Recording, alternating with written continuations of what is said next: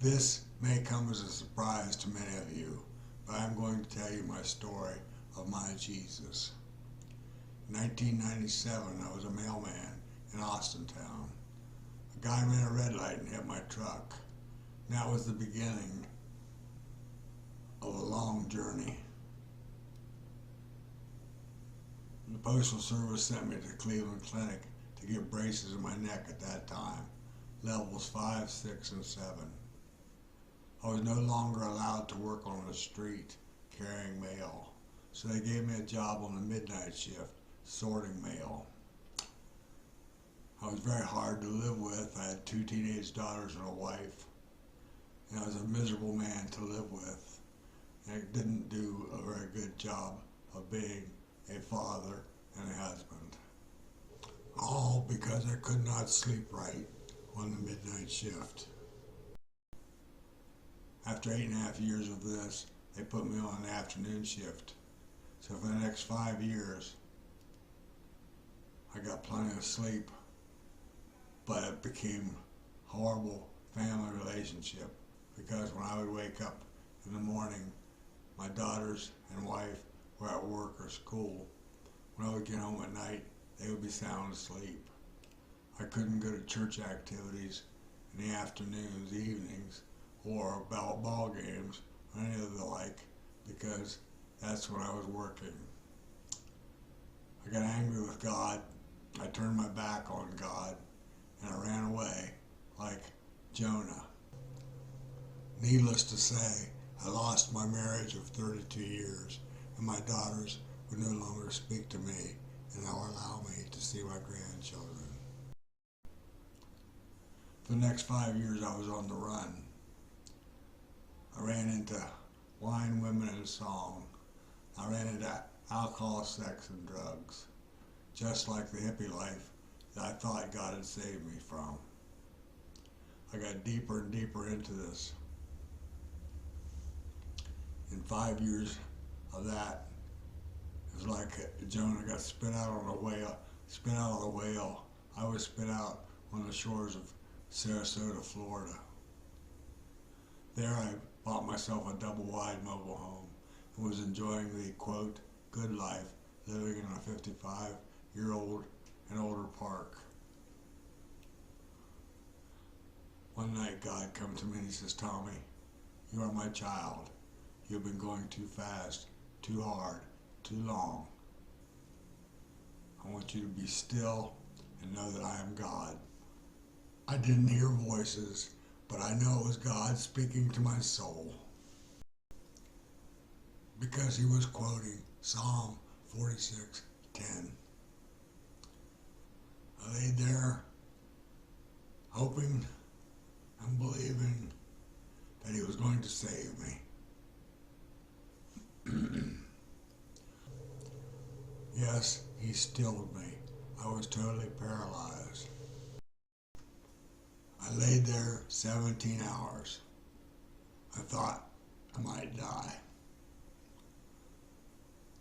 But in God's providence, one of my fair-weather friends in Sarasota had made plans with me previously to meet me at my double-wide and go to the beach that day.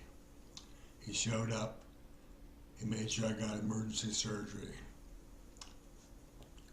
The doctor at the hospital called my daughters and said, Dad is in here laying in Sarasota, paralyzed, knowing that they weren't talking to me, and I couldn't see my grandchildren because of the life I was living.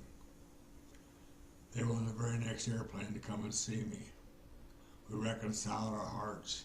I was very thankful to God that they come down and that there was love in their hearts for me yet, because I loved them forever. I told them at that point I could not live like a quadriplegic. I wanted to go to hospice and just die.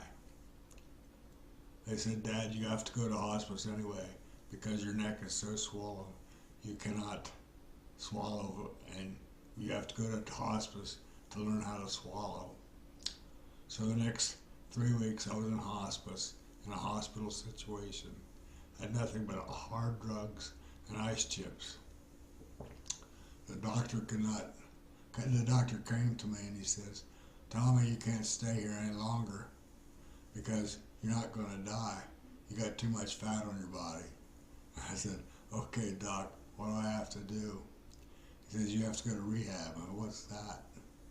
That's physical therapy and occupational therapy, so you can learn how to live in a nursing home the rest of your life. That was the facts. So on my way to rehab, God spoke to my heart one more time. He said, Tommy, you don't have to live like a quadriplegic. Remember what I taught you. You are crucified with me. You no longer live, but I live in you. I felt right then and there, if I just let go and let God live in me, I could just be Tommy, and he'll be right there with me, my head in the yoke with him. So I learned at rehab how to get better instead of bitter. I learned how to get to be a victor instead of a victim. Then I realized that God had put me on a mission, and I was to speak for him. So in these last 10 years in a nursing home, I spoke to many families and many people about this story that I just told you, and reminded them what Jesus did for me, Jesus would do for them if they would just believe and follow him. The surprise that I spoke about at the beginning, some of you may not have caught, but I had taught adult Sunday school for 15 years at Old North Church and was not a born-again believer. I knew a lot about Jesus, but I didn't know Jesus until he spoke to my soul. He called me his child, laying there beside that toilet, paralyzed, and told me, be still and know that I am God. And I know at that point, he entered my heart, and I was born again